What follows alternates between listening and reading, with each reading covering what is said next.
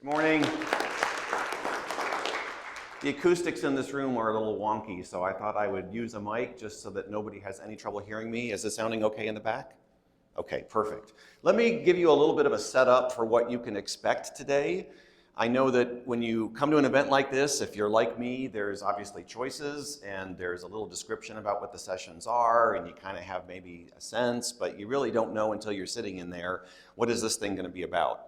So my sole objective in both of the sessions that I'm doing, this one as well as the one after lunch, and while they are distinct, they also complement each other. So just know that. You can attend one or both. But my sole purpose is to help you differentiate yourself and separate yourself from all of the choices that your customers have. Now, when I say customer, I need you to be thinking about who is that for you? Are we talking about borrowers? Are we talking about realtors? Are we talking about builders or other referral partners? In other words, these principles that I'm going to talk about apply no matter who it is that you're defining as your customer. But I want you to be thinking this morning about who those people are so that you can take these ideas and internalize them and make them yours. I'm a big believer in keeping things simple. I'm a simple guy from the Midwest. And I don't do that to insult your intelligence. I do that because we have a tendency to overcomplicate. And there's nothing worse than sitting in a session talking about something that is simple, but it's being made more complicated than it needs to be. Now, don't confuse simplicity with ease.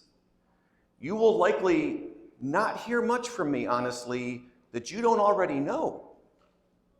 But they're probably ideas that you have not thought about in a long time, or you've not thought about them in the way that I'm going to prompt you to think about them today. And so it's not so much the things that Blaine says that are going to prompt any eureka moments for you. It's what you think about what I have to say. It's kind of like one of the greatest values of coming to an event like this are the random conversations that you'll have with people in the hallway. I want you to kind of think of this session as one of those random conversations. And I'm just here to share some ideas. I am not here to tell anybody how to do what you do. I'll give you some suggestions, and I'll give you some examples, and I'll give you some recommendations that I wholeheartedly believe in and that I see are best practices as I travel around the country and speak to groups and hear from them as to what they're doing and what works. But this is for you to figure out. We're not going to actually solve any of these problems or come up with many answers today. I'm here to prompt the conversation and get you thinking, and then you've got homework to do. You've got to take these ideas and work with them and figure out what has meaning. Now, the other reason I'm going to keep things very simple is so that you can take these ideas back to share them easily with your team. Because there's a lot of folks that are not here that can benefit from what we're going to talk about, and I want to make it easy for you to go back and say, these are the things that we talked about in that session, and these are the things that we can talk about as a group. And so I'm not dumbing things down for any reason other than let's make them as easy to digest as possible and as easy to implement as possible. So that's kind of what you can expect. The other thing that I've done this year is I've kind of turned over a new leaf. As a presenter, I tend to be what many people would refer to as a high content presenter, meaning sometimes in my presentations, I'm sure for the people sitting out there, it feels like you're drinking out of a fire hose because I have so much that I want to share. Like I've got like time for the tip of the iceberg, but I'm trying to give you the whole iceberg. And in honesty, I mean, while that may be noble for me to try to give you as much as I can, you can only absorb and work with so much. And especially as the day goes on, right? You'll be hearing things from all kinds of people. So I've intentionally cut back on the content, which means we may not even take the full amount of time that we've set aside for this, and there's plenty of time to go off on some tangents or to have some other questions that you might have. So feel free to participate as much or as little as you'd like. And if you have any ideas or questions or even disagreements about anything that I share, this is the place to bring it up. Okay. One of the things I find fascinating when I come to events like this is when I sit in on other sessions, and was pretty much everybody in Jim's session this morning, the opening keynote. What I'll notice at any event, this happens anytime I'm at an event, is that there are some key themes that you're actually going to hear multiple times. It's as if the speakers got together last night and said, what are some of the most fundamental things you're going to talk about? And then we all agreed to say the same thing. And yet that didn't happen.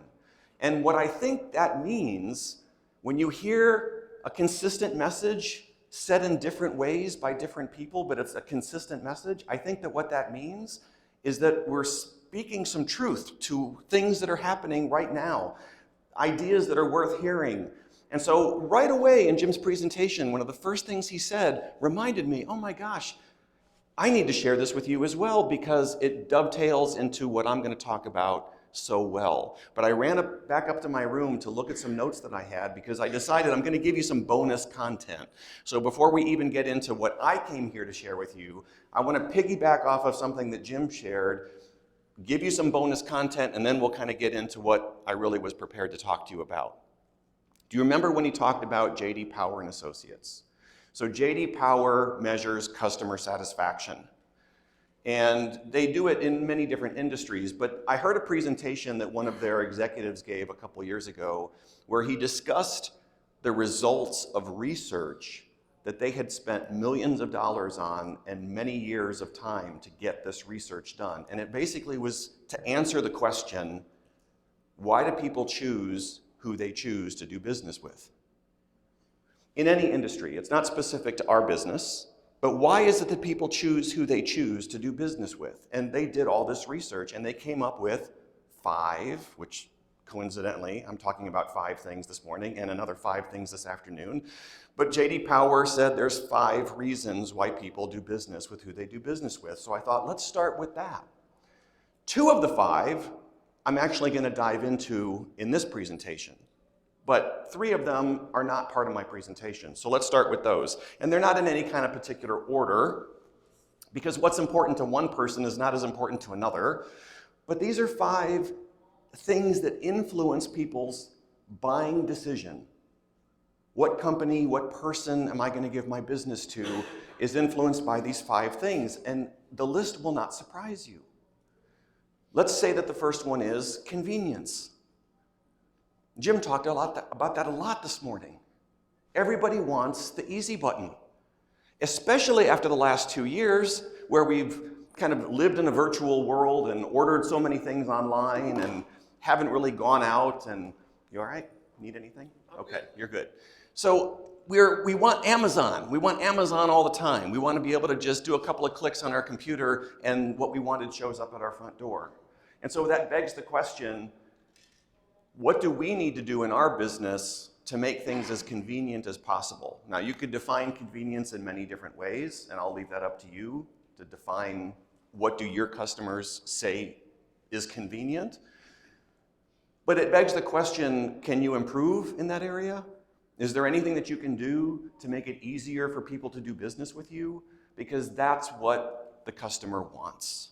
And again, we know this intuitively, but I'm not sure how much we wrestle with that question and actually try to make change in the way that we do things. So convenience is one factor for why people choose who they do business with. Another is recognition. Now, he said this very briefly this morning, and I'm not sure if you even caught it. People want to be recognized for the fact that they're doing business with you. I take that to mean, as a customer, I want to feel valued. I don't want you to ever take my business for granted.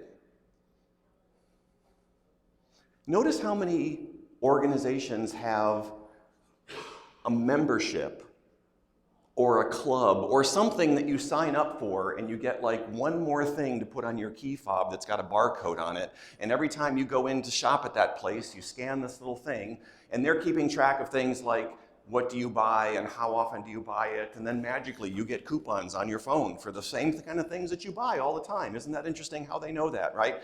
But part of that is a feeling of I'm part of something, you recognize me for the fact that I'm a customer of yours, you do special things for me. So again, it just begs the question, what can we do to make sure that people would never think that we take their business for granted? And you may intuitively think, well, of course I believe that. I don't ever take my customer's business for granted. But if I'm the customer, how would I know that? What are you specifically doing or saying? And again, these are rhetorical questions, right? This is not where we're going to come up with all the answers. I just want to give you the things to think about. So we have convenience, we have recognition. A third one is advice. Now this one shouldn't surprise you. And Jim mentioned this as well. As a consumer, I want you to make me smarter. I want you to educate me to make me a more informed consumer about this thing that I'm now going through with you. Whatever product or service I'm using with you, I want you to make me a more informed consumer, right? To provide some advice and some counsel. Again, just for yourself, be thinking about, well, what do we currently do? What could we do? How could we make people smarter? And I'm sure I'll talk about this in one of the sessions today, but let me just say it now because it's top of mind. The content marketing that you or your organization is putting out there, and if you're not, I mean, you've probably heard the term, but if you're not as familiar with, well, how is content marketing different from regular traditional marketing? Traditional marketing is push. I am pushing an idea out there and hoping that, it'll stick with some people. It'll compel them to want to do business. Content marketing is more of a conversation. Content marketing is pulling people to you. And one of the most effective ways to do that is to provide value and information that's useful for them, that makes them smarter, that makes them a more informed consumer. I'm mentioning this because I'm connected to a lot of people in this industry on platforms like LinkedIn, which, by the way, any of you who want to be connected, I'd be happy to accept the connection request. And what I notice is that so many people who use LinkedIn simply promote themselves. They post their 5-star customer reviews, and while a little bit of that is fine, if that's the only thing that you're putting out there is stuff that's basically stroking your ego, and I know why we do it. We're doing it because we want people to know that we're rock stars, that we're really good at what we do. Look at all these third-party testimonials that I have. We want to share that with the world. But what the world would really rather have you do is make them smarter. Give them information that's valuable. Now, you want to sprinkle in some of those third-party testimonials to prove that you're not the only one who thinks you're great. That's terrific. But all I see is a steady diet of that. I don't see these same people ever offering any information. It's always just kind of about them. And I know that social media kind of lends itself to just be about me. But again, we're here to talk about how to be different. We're here to talk about how to differentiate yourself. And I'd rather see that you put out content and information. And if you're thinking, well, what am I supposed to say? What are the most frequently asked questions that you get from people? As a professional in your industry, what does everybody need to know that you know? Right? What do people who are outside of this room that don't know what we do and how we do it, what do they need to know about what we do? That's your content. Frequently asked questions. That's what we need to put out there. Okay, enough of a rant on that. Okay, so we had convenience and recognition and advice. The other two, I'll just mention them because we're going to dive in deeper in my presentation, is value. Here's the short answer. I need to know what the value is in doing business with you. So we're going to unpack that quite a bit. And then the last one is trust. We have to trust one another to do business with each other. We're going to unpack that one too. Because again, these aren't complicated ideas. But that doesn't mean they're simple, and it doesn't mean we do them well. And that's really what I'm here to help us with. Okay, so you heard a little bit of my introduction that I've been in the industry for several decades. So what? I mean, I'm here to share some perspective with you, my perspective based on my experience and my travels, but I think it's important that you know something very specifically about me, and it's what I call my worldview of selling. If you're gonna listen to somebody for a period of time, you need to know a little bit about where they're coming from. Now, you don't have to agree with my worldview, but you need to know what it is, because it's going to influence everything that I share with you. And so my worldview about selling is that it's not about getting the sale. That selling is not about getting the sale. And I know that sounds kind of counterintuitive, like, what are you talking about? Like, of course selling is about getting the sale. Yes, in a way, but what I'm suggesting is that the focus of our efforts should actually be on establishing if we're the best fit in the course of establishing if we're the best fit, we'll make plenty of sales. But put yourself in the shoes of a consumer, and I'm sure you've had these experiences in your own life where you're talking to a salesperson of some kind, and you don't get the impression they're really looking out for you. You're getting the impression that they're looking out for themselves. Right? Their intention is to close a deal, not to open a relationship. And so all I'm suggesting is if our intention is more about service, that selling is an act of service. I'm putting service over self. Self will be taken care of in the process. I don't have to worry about that. But nobody wants to feel as if you're primarily motivated to just close a deal. We've all had that experience in buying something where we've run across somebody that gives us that impression. We just want to make sure we're not that person. Again, don't have to agree with that, but that's my belief. And it influences everything else I'm going to share with you. Okay, literally 5 words, 5 concepts, 5 ideas is what I'm going to share with you. Now, we're going to unpack these, and there'll be lots of other ideas mixed in there, but this is going to be a very easy presentation to follow. As I walk through the 5 ideas, I'll be giving you some examples of things, different ways you can think about it. Maybe we'll have a conversation or two along the way or an exercise to kind of work through it, but simple. Again, maybe not easy, but simple. So let's start with the 2 from the J.D. Power list that I didn't really unpack. Again, these are not in any particular order. Value. The Captain Obvious definition of this is that I have to perceive that there's a value in doing business with you for me to want to do business with you. And so what you need to imagine is that you were to get this question, which, by the way, you'll never get this question, but you need to imagine that you get this question and how would I answer it? The question is, what's the value in my doing business with you? Imagine if that's what people said.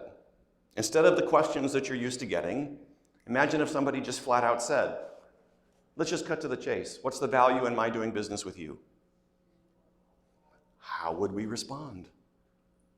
We each need to define that. We each need to have a way of, in a concise and compelling way, responding to that question. Now, I said you'll never get the question, so here's really what we need to do with that definition.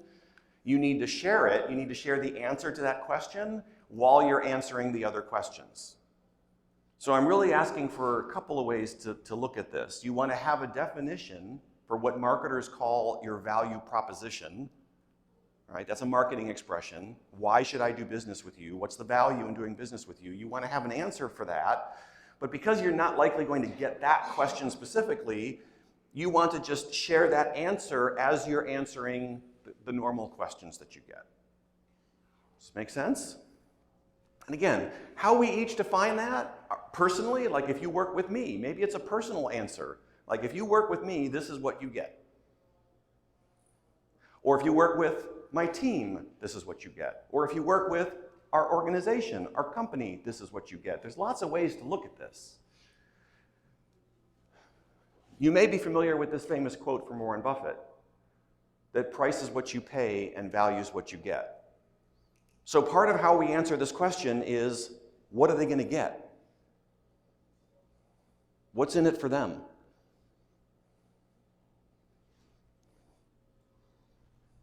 So let me give you some other ideas to work with. Are you familiar with the show Shark Tank? Who's seen the show Shark Tank, or at least heard of it? Okay, pretty much everybody, most of you. Just in case, a quick refresher of what it's all about. Business owner wants to raise capital to grow their company. They make a pitch to a group of investors who are quasi-celebrities, and the idea is to get those people to invest in their company and support them financially with some cash. Okay, so business owner needs to grow, makes a pitch to a group of investors, hoping to get them to invest in their company. That's the basic premise of the show. Hugely popular. There are probably thousands of people who audition for that program that never get on it. And of the hundreds of people that get on it, very few probably get any money. If you watch the program, you'll notice that the vast majority of people who go on that program and make their pitch do not actually get those investors to invest in their company. But if you just watch a couple of episodes, notice what gets the investors' attention. Notice what makes them lean forward a little bit and say things like, tell me more about that, or that's very interesting, I'd like to hear more. And there's a common denominator of what gets their attention and their interest. The common denominator is twofold. We already talked about one half of it. What's the solution that you provide? What's the problem that you solve? What's the pain that you relieve? In other words, what is it that you're all about? Why should anybody do business with you? That's half of the equation. But the other half that I haven't said yet, how are you different than the choices that are already out there?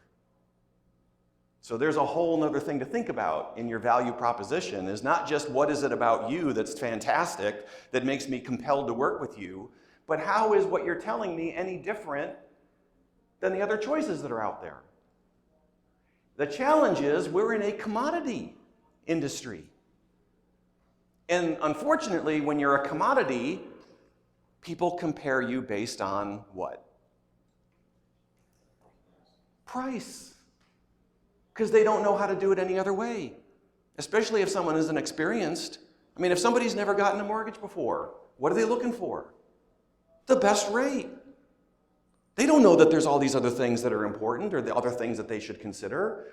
Now, if you happen to be a low rate and fee provider, where that's actually one of your competitive advantages, the fact that you can do things for less than many other people, be careful not to emphasize that, because even though that may be your competitive advantage, when you teach people that that's a thing that's really important, then the moment you're no longer Walmart, the moment you're no longer the lowest, they leave, and we're wondering, well, why'd they do that?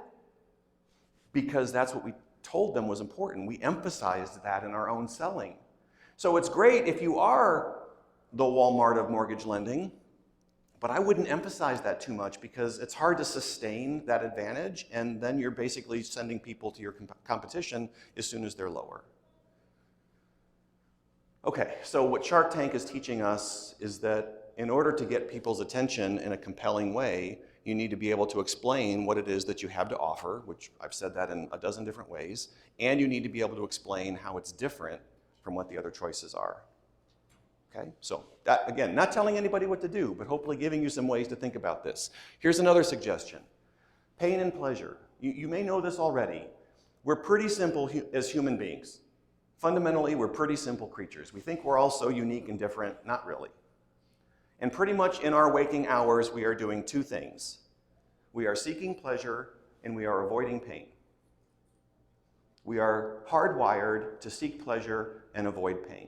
And just think about your normal day and the things that you do, and you can see examples of where you do either of those things. My question to you is, what's the stronger pull?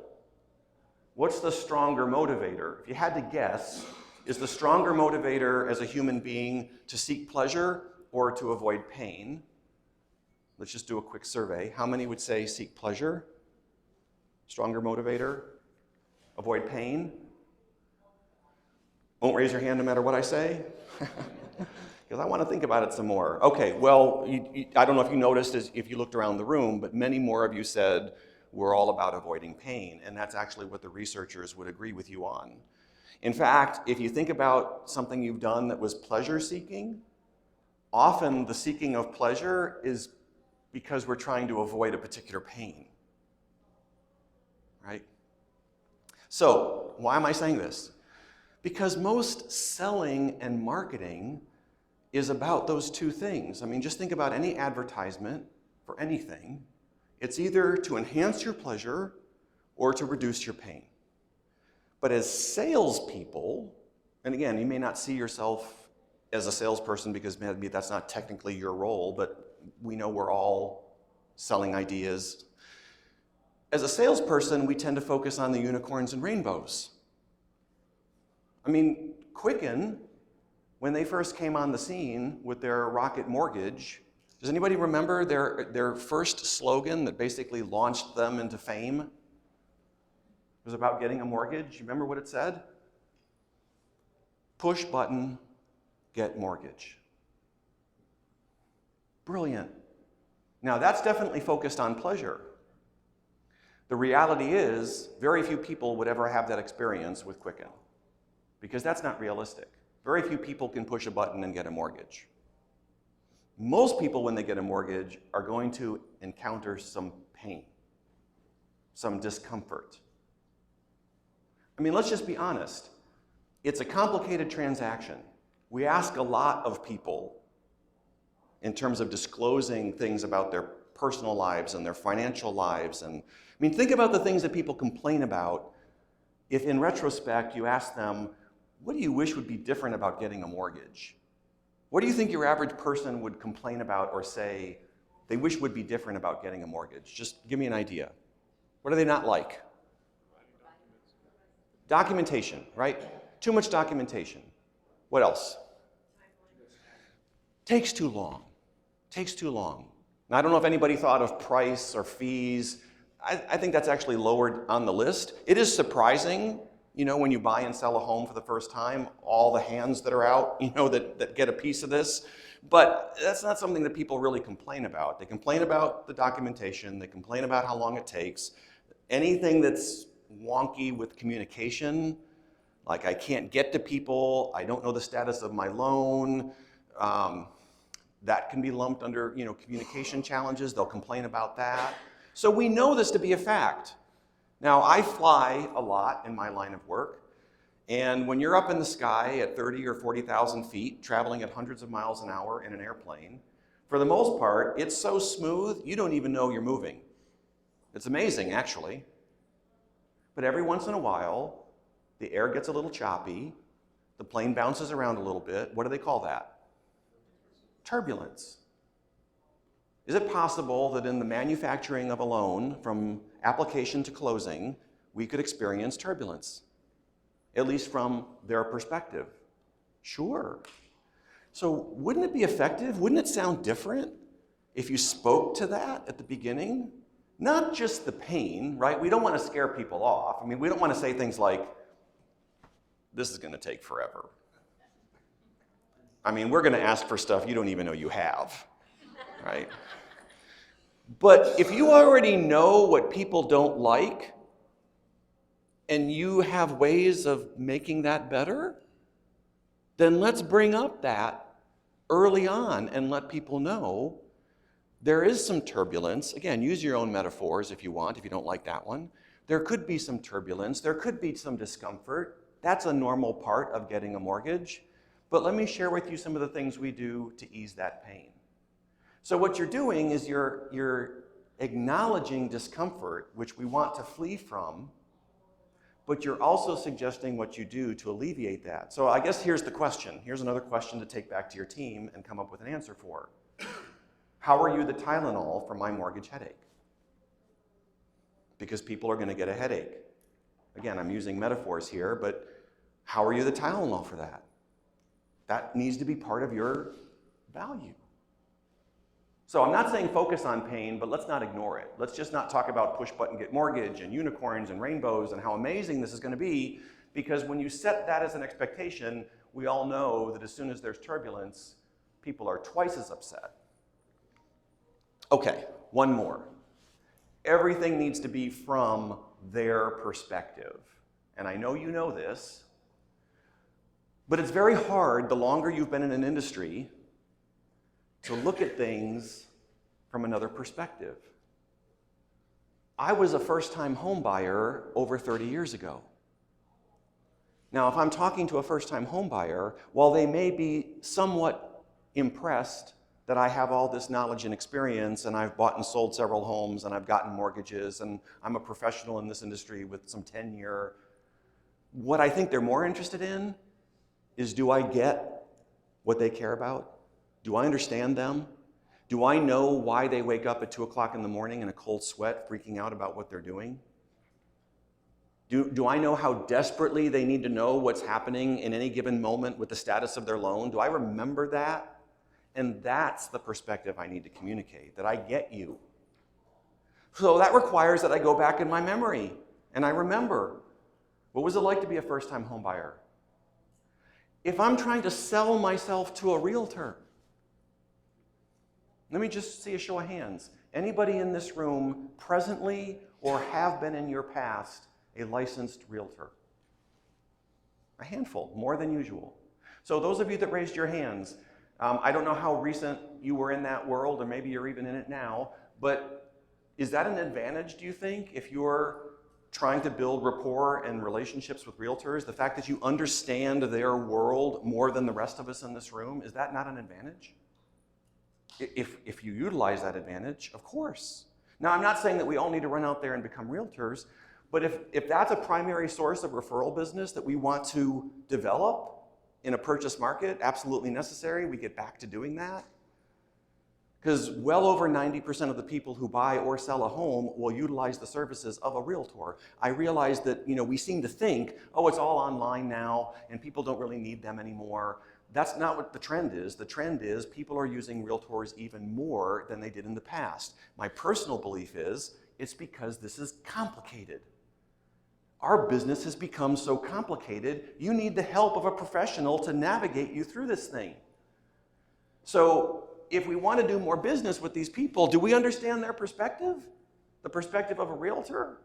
Probably not. So could we do some things to get more of their perspective? Like attend some of their events and meet with them and ask them lots of questions? And yeah, we could do all those things. And while you're familiar with the concept of a demographic, I just want to introduce another word that you may not have heard, because in our industry, we focus a lot on demographics, like where are the opportunities? And for years, it was all about the millennials. And it's come to fruition. The millennials represent the largest demographic age-wise of people who are currently buying homes. But what about psychographics? So a demographic is something that you can easily observe or identify in someone. Age, gender, ethnicity, first-time home buyer. Right? These are things that are fairly easy to quantify. But a psychographic is what's on the inside. Their hopes, their fears, their aspirations, what's important to them. And that varies.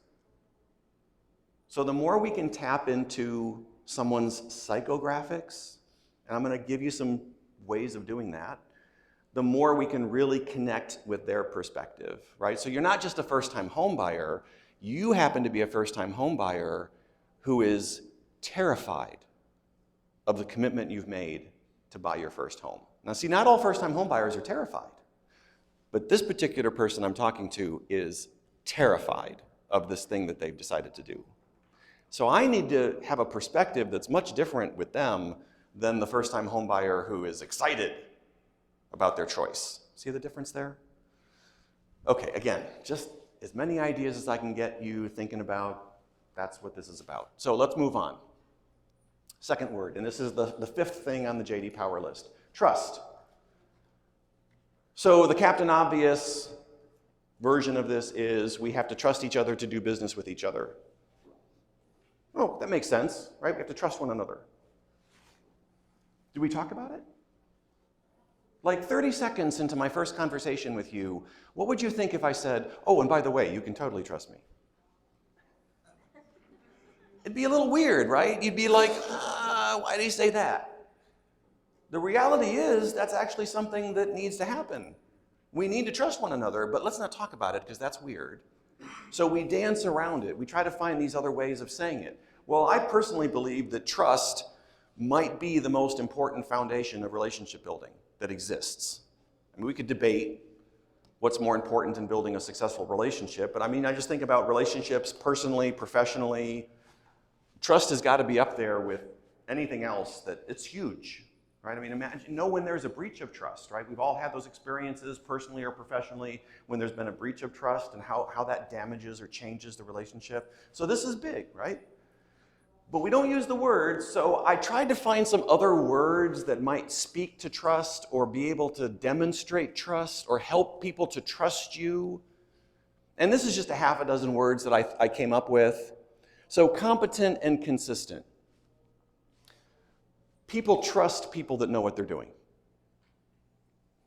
The challenge for anybody when they're new in a career or a line of work is that they're not very good at it yet. And so you really can't work with this idea until you develop some competence and you're good at what you do. Now, I could tell you that.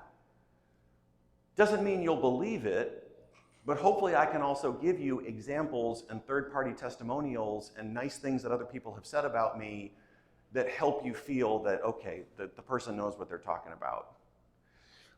Consistency is really important in establishing trust. So just imagine for a moment, you take your mind to wherever you live currently.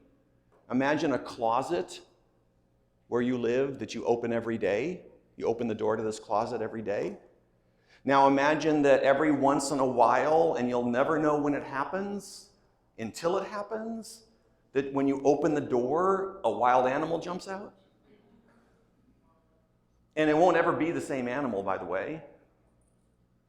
I would think most of us, unless you're just into that sort of thing, we're going to stop opening the door. That's what we do when we have inconsistency, is we walk. So the moment this experience of working with you starts to be inconsistent, you said it was going to be this way and it's not. Or you said you'd get back to me by this time and you didn't. Now, I know that we can't be perfect at this.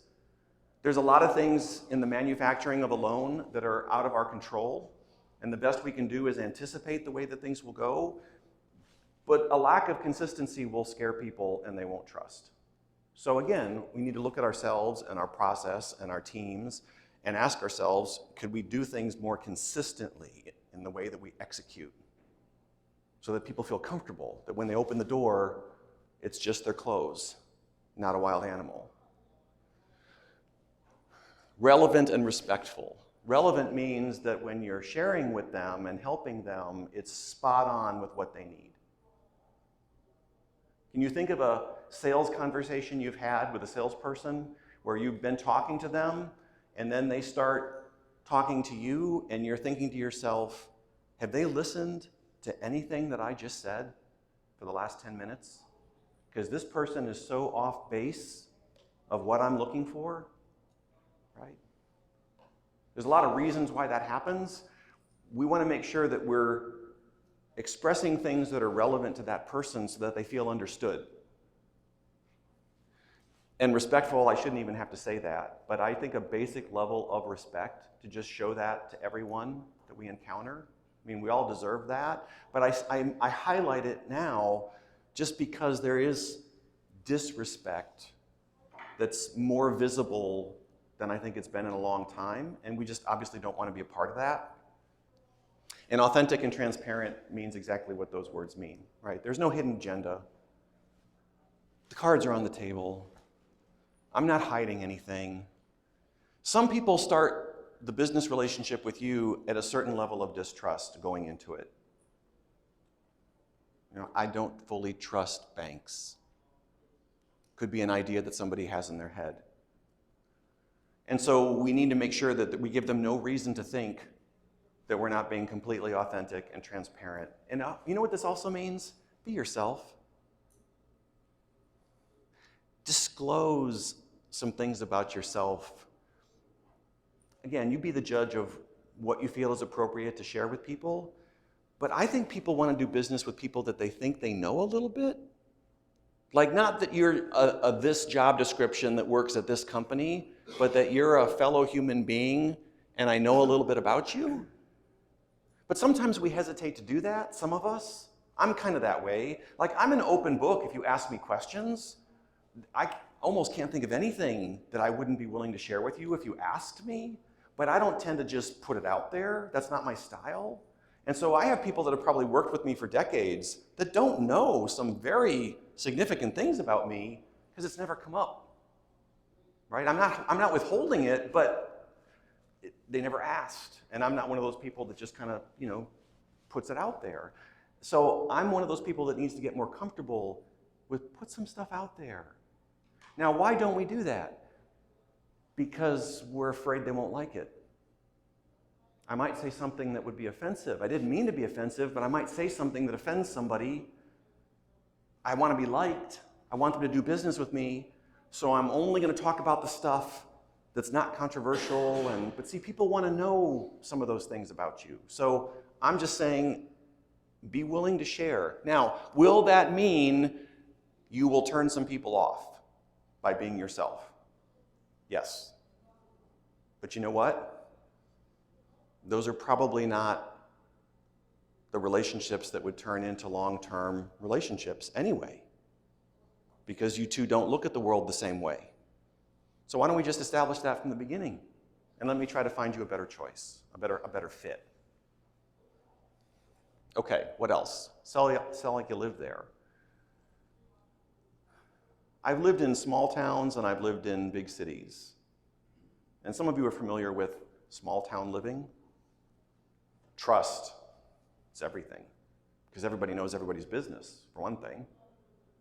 But if this person I'm doing business with, it's not transactional, it's relational, because I'm going to see them like 2 or 3 times every week for the foreseeable future, because we're in a small town. We're going to bump into each other at the grocery store, and we're going to end up at the park because both of our kids like to kick soccer balls around. In other words, in a small town, I would imagine that when people do business with each other, it's a little different than when people do business with people in a big city who they may never see again. Well, why don't we just embrace that idea no matter what kind of place we live? Act as if. Small town. We're going to see each other over time. Would it change what I say? Would it change how I treat people? It might. I think if I'm honest with myself, it might just change it a little bit. Again, something to think about. And let me be clear, because these are the 2 words that people specifically need to trust. They need to trust your capabilities, and they need to trust your intent. Let me define that. Capabilities are the business side of trust. I trust that you can do what you said you'll do. Right? It's a lot of those other words, right? You're competent, you're consistent, you're capable, right? Again, if we're not sure how to help someone fully trust that, because they don't know you.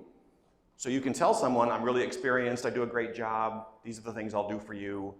They still may not trust that because they have no experience with you. Well, then that's when those third-party testimonials become important. This is why people do research online often before they even talk to anyone, because they just want to see what's out there, whether it be social media or just on the internet in general. What's out there about this person or this company? What do people have to say about them? And even though we know that some of that stuff is manipulated, we know that some of those things online are not factual, we still tend to put a lot of weight on it.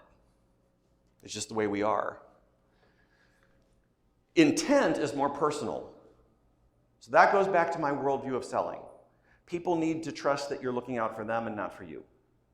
So if that's not something that you know you clearly make visible, maybe that's a new thing that you could start to do, is emphasizing with people that you're looking out for them and not for you, assuming you are, obviously.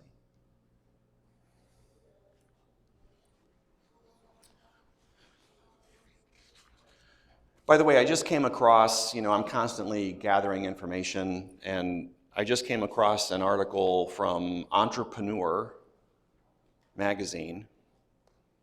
This was a recent study that was done where 90% of the people surveyed place a premium on authenticity in choosing who they do business with.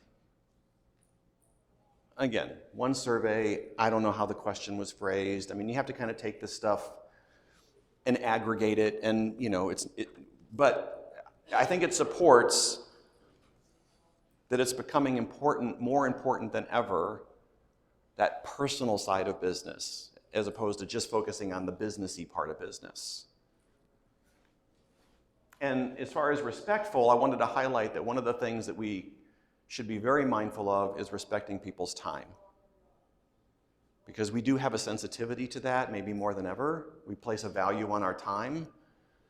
And I know we can't control this perfectly, but when we tell people how long something will take, or we tell people how long we need to meet with them, or we tell people, people get very hung up on well, you said it would be this amount of time, and that's not how it turned out. So again, give yourself some room there where you're not disappointing people in the management of the time that you're asking of them.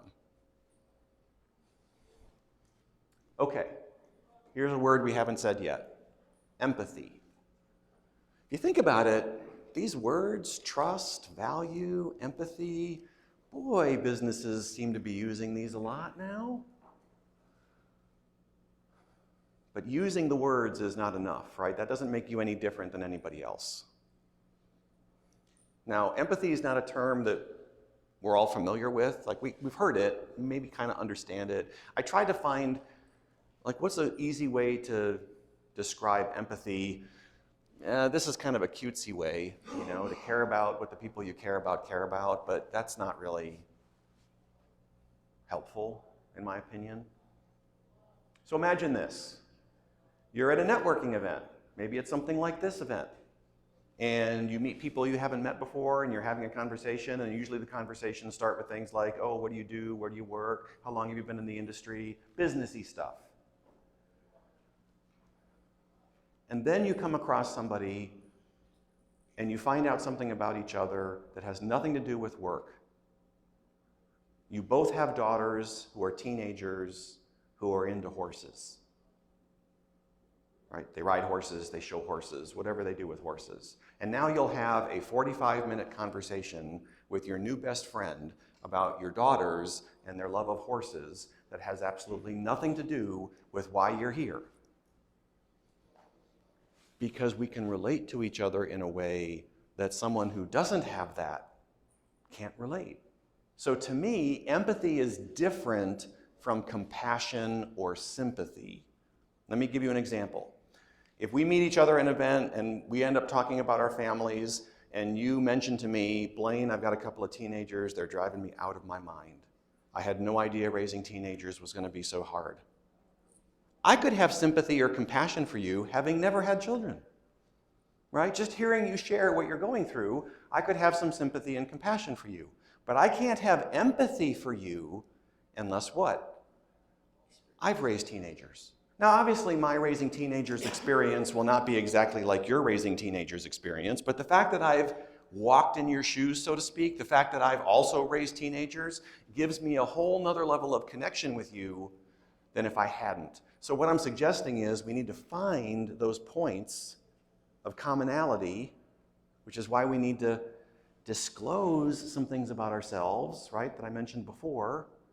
We need to be willing to be vulnerable and to go there and to not just focus on the businessy stuff, but be more authentic about who we are as people, because then we start identifying, oh, yeah, and now we've got this connection point that has nothing to do with business, but has everything to do with building our relationship now.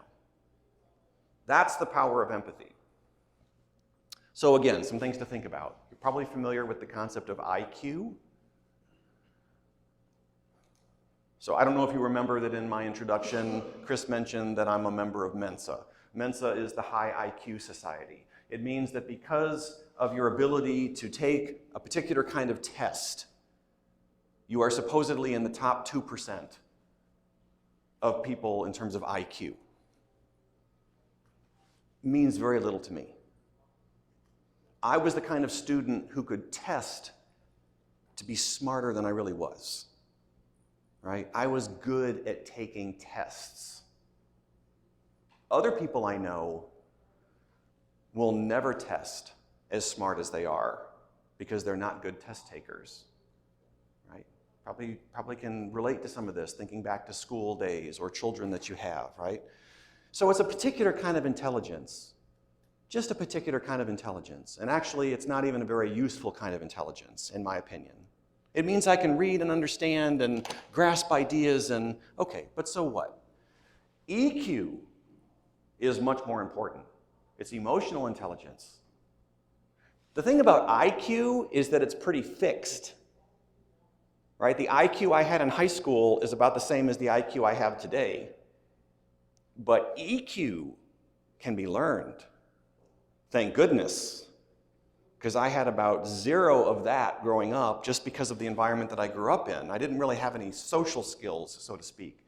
And it wasn't until I met my wife, who had a completely different family dynamic, and I started to learn some of these skills and then got into the business world, right? You learn some of these skills. This is why some of the younger people coming into organizations today who have grown up with amazing technology skills, but they have very little people skills. In fact, they might be terrified of that kind of stuff because they have no experience with it. The good news is we can all learn that. We can get better. So let me give you a couple of resources for yourself or anybody that you know that could get better at some of this stuff, because we're talking about people skills here, EQ. There's a gentleman who's kind of an emotional intelligence guru by the name of Travis Bradberry. You can find him on LinkedIn, Travis Bradberry.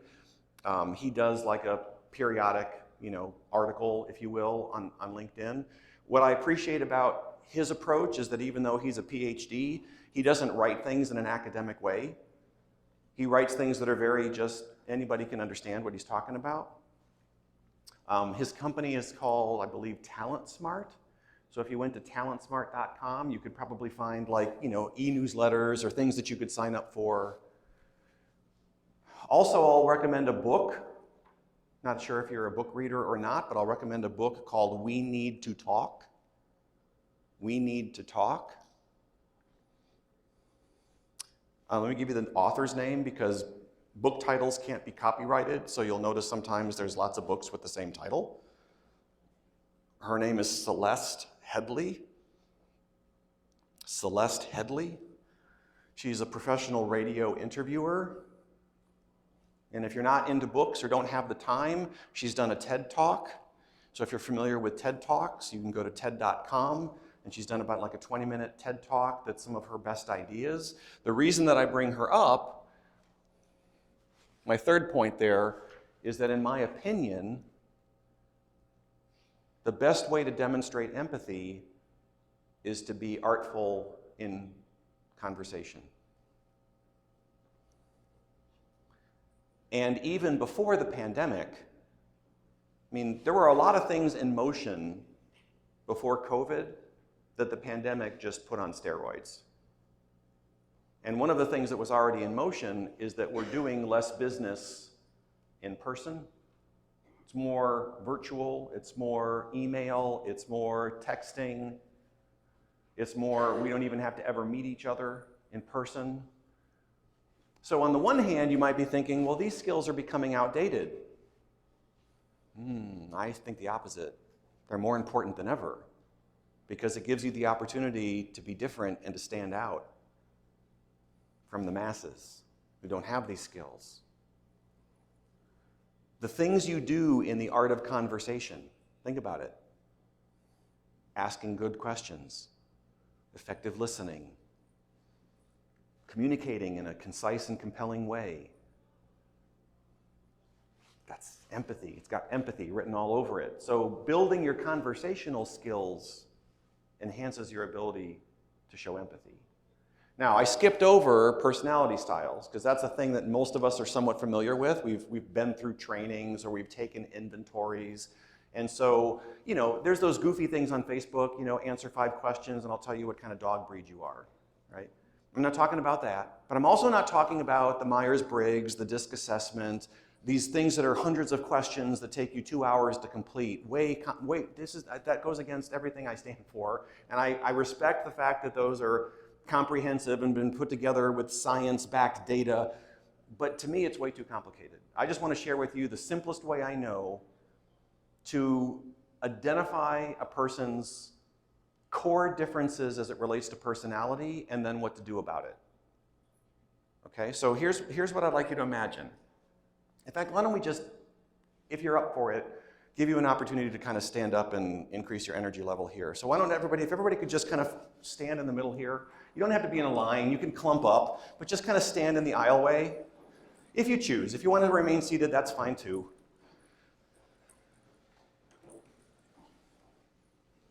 Okay. So just imagine that on this line, I'm going to just give you 2 words to think about as it relates to personality. One is speed. Some of us are faster and some of us are slower at pretty much everything we do, from decision making, walking, driving, eating, talking. Don't think about, oh, I could be slow sometimes. In fact, you have a default, right? We can all catch each other in a moment where we're different than we would normally be, but normally we're faster or slower. So just imagine that there was this line, right? And this was like really slow, and the back of the room was really fast. And if I asked you to stand somewhere on this line, are you faster or slower? We wouldn't all be on the same place, would we?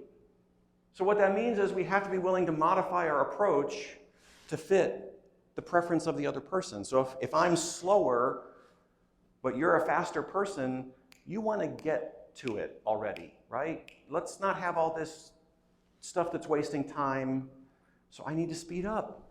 I need to be willing to speed up. Now, I can only do that so much, otherwise I'm pretending, right? I'm acting, which doesn't go well.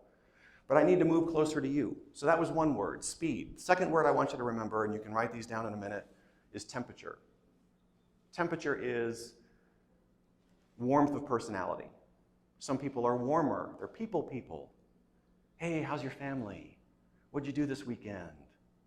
Other people are more task-oriented, cooler personalities. Not interested in that stuff. Doesn't mean they're not caring people, but they're task people. We see this in offices all the time, right? You've got your warmer people, your cooler people, and they irritate each other sometimes because they don't understand. It's just a difference of personality. It's not personal. So if I'm a warmer personality and you're down there on the line further away, you're a cooler personality, you're not interested in telling me what you did this weekend. You're not interested in small talk. To effectively have empathy with you, I need to move a little closer to you and just cool that down a little bit, not be so what you're not. Okay, go ahead and have a seat. So just remember those two things, temperature and speed. Speed has fast and slow. Temperature has warm and cool. You are a combination of those words, right? But you're primarily warmer or cooler or faster or slower. But you're not going to deal with people who are just like you. Okay, specificity. These last two are pretty quick. When you're describing your competitive advantages are, again, the reasons why I should do business with you. They're your strengths, by the way, right? So if you haven't already identified what your strengths are, that's a good exercise to do.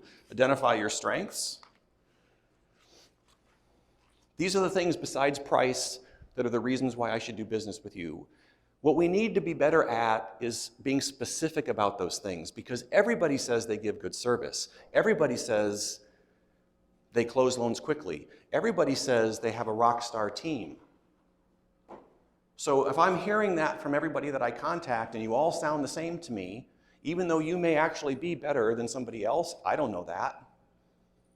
It's like a mission statement or a vision or values. I mean, I could walk into any of your organizations and find those things posted on a wall somewhere. They're going to kind of sound the same. Now, I'm not suggesting that those aren't good things to have, but when you're trying to establish that, you're a better choice for someone, we need to be more specific. So, you want to express things that you can quantify. Can you quantify service? Yes. Have people fill out a card at the end that says, on a scale of 1 to 10, collect the data. Then rather than saying, oh, we rock at service, say, 95% of the people that work with us will rate that between a 9 and a 10. Rather than saying we close loans really quickly, track it. What percentage close in how many days? And tell people, 85% of our loans close in 20 days. Boom. The moment you mention a number, people lean in. Huh? What? Everybody else just said they give good service and close loans quickly. You gave me a number. That's where I'm going with that. And part of what you're trying to quantify here, I know, is experience-based, right? So you may struggle, but you can even quantify something like trust. Think about that for a minute. You could quantify trust by measuring the percentage of your business that's repeat and referred. Because whatever percentage of your business is repeat and referred are people that trust you. So you don't ever have to say the word trust again. All you need to say is 65% of my business comes from repeat or referred customers. And again, testimonials and examples are helpful. All right, last point. You already do this, so I kind of saved it for the end, knowing if we don't have much time, that's okay. One of the most valuable things that you can do at the beginning of an interaction is set proper expectations. And let me just say this. You don't have a prayer of meeting people's expectations if you aren't involved in setting them. That's the message. You don't have a prayer of meeting people's expectations if you aren't involved in setting them. We have to be involved in expectation setting. And if you just look at different levels of satisfaction, for someone to simply be satisfied with an experience, it means that you've met their expectations. If you want to impress people, you've heard the formula, you already know the word. You don't just meet, you exceed expectations. And as soon as you hear that, you think, well, that sounds great, but how am I supposed to do that? So let me give you the formula for consistently exceeding expectations, which you also know and have heard, but probably aren't doing, because it's not in our nature. Underpromise. Develop the discipline and the habit of underpromising. It's not easy, because our tendency is to do the opposite, especially when we're trying to compete for business and the other people they're talking to are overpromising. It's very hard to come in low.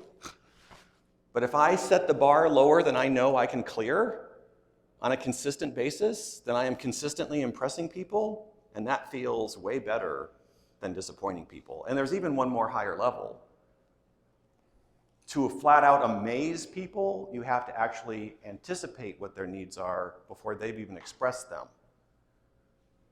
So that's like me walking up to Chris while we're having a conversation as a room here, and I'm not saying anything to Chris, and I just put a cup of water in front of him and a couple of Tylenol, and I keep walking around, and everybody's starting to like, what the heck? Oh, I'm sorry, I should have paused and told you what I was doing. I put that in front of Chris because in 8 minutes he's going to need it. And everybody's like, what? So I continue on, and sure enough, 8 minutes, his head starts to pound. Now your reaction is, how could he have known that? How could he have possibly known that? You know about a lot of things in the manufacturing of a loan that your customers aren't aware of yet. Let's get in front of those issues with our pain relief, with our solution, before they've even said, hey, I'm sorry, my head is killing me. Can you help me with my headache? I'd much rather give them the Tylenol before they know they need it. Now, this is a controversial idea because you're speaking about something that's negative before it's even happened. So you can determine when it's appropriate to do this, but that's how we amaze people, is when we get in front of things that they didn't even know were coming. Like on an airplane, usually before there's turbulence, they tell you it's coming. And they tell you what you're supposed to do, and they tell you what they're going to do. They don't wait for it to start happening, right? All of a sudden, people have been up, talking to each other, having a good time. All of a sudden, the plane's rocking back and forth. People are falling down. Bins are opening. That would be chaos. They don't wait for that. Sometimes it's unexpected. They didn't see it coming. But usually they know. Air traffic control has told them, rough air up ahead. And they'll let you know, this is what's coming. Sit down, buckle up. We're going to do the same. We're going to find some smoother air. Get you to your destination safely. Perfect formula. Okay. I think we're even a couple of minutes over time. So thank you guys so much for your willingness to stay a few minutes late. We've got a break before lunch, right? Chris, anything else we need to send them out with? Oh, surveys. Don't forget surveys.